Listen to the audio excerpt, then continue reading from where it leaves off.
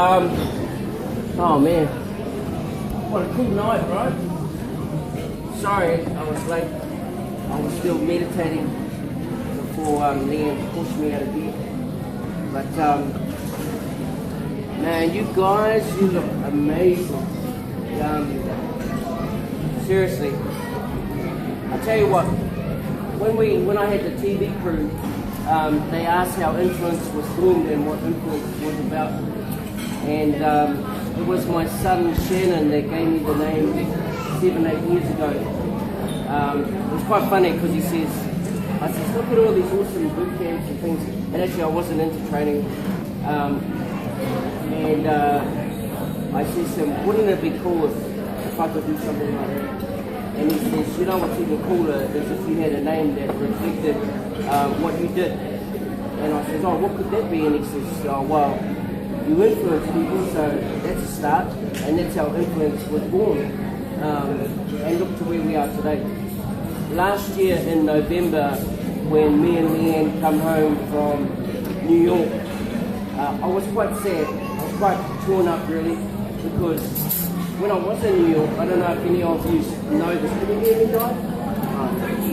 Even that guy Barry at the back can hear, right? So I was quite torn up. I was sad because when we were at the start line, when we were at the nation ceremony, the countries were getting called through, and you'll see this if you're coming to New York. And they call through the countries, and the teams get to represent their country. We have a flag bearer, we have the name. It's like a mini Commonwealth looking through stadium.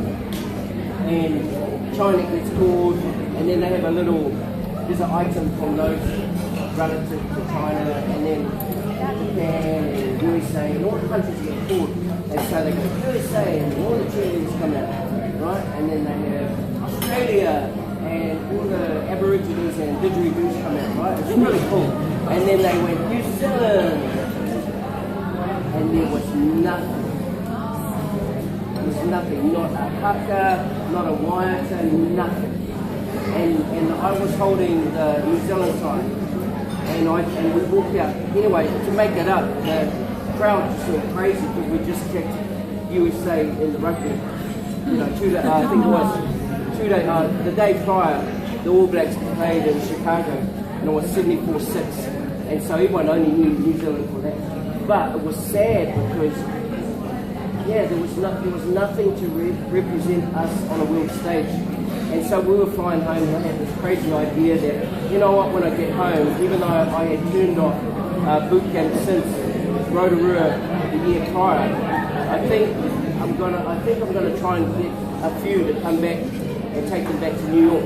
So I cut a deal with Marathon Tours and asked them how many slots I could get, knowing that the slots are hard slots to get. Not everyone gets into New York.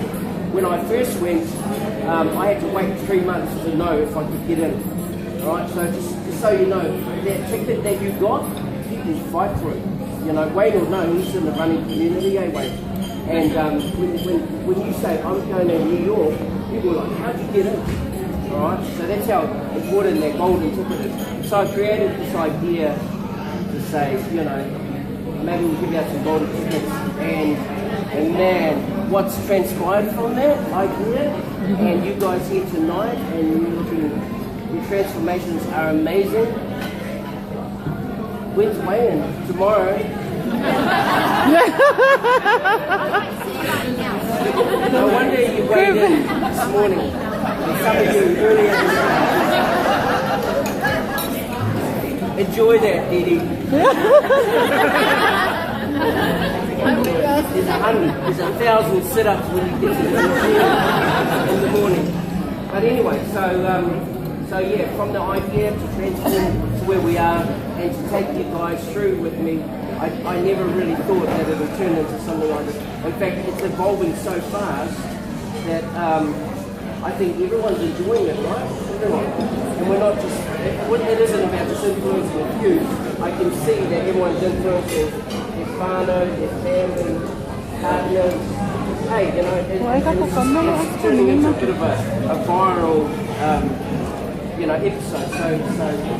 I congratulate all of you who are at this part of the journey. Still a long way to go, and man, I would not trade it for anything. They cannot put a price on what we have. And that's what I said to the TV crew the other day. They said, oh, do it for free. And I said, what we have is priceless, and you cannot take that away from any one of them. All I'm doing really is just providing the tools. You guys are doing all the hard work. It's all about you guys. And even when Colleen first contacted MTV, that's my rule that morning when they came in. I said, this cannot be about me. And they hadn't seen you guys at Barry Curtis. I said, it has to be about the people. When we got home and did the interview, they were all crying. And they were crying for what they had seen and what was transpired. And his story changed. So hopefully they do justice to their story, and they come home and they say, man, you are so right, these people are amazing. And you look on the outside, it's funny, I said to me when we drove in, and some of you know, like, oh man, what are we doing here? Look at all those Tories at the front. Only because I didn't recognise you. But we look like Tories. Yeah. Thanks. Amazing. So, but no, it's a ride, and seriously, it's going to change some lives. And at the end of the day, I think everyone's going to benefit, and those that we leave behind, they're still going to benefit as well. So, congratulations to all of you, and especially to my lovely wife, who,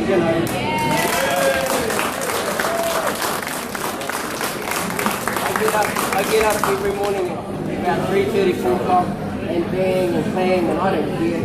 And turn all the lights on, forget to put the rubbish out, all that sort of stuff, because I'm so focused on you guys, and I cannot be, in my mind and in my heart, if I'm not in the service of my fellow men and those that I love, and slowly begin to adore, then what does it all worth? It is just everything that I accumulate in my life. I do not want to have a golden casket. I would rather have a packed funeral and be in a rubbish bag. Please don't put me in a rubbish bag. But yeah, I'd rather have that than a golden casket. So like I say, there is nothing. Hey Edith, there is nothing that we can do to, any more than what we're doing now. You guys are fantastic, and thank you for a wonderful evening.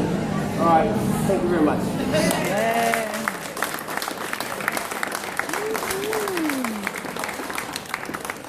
I'm going to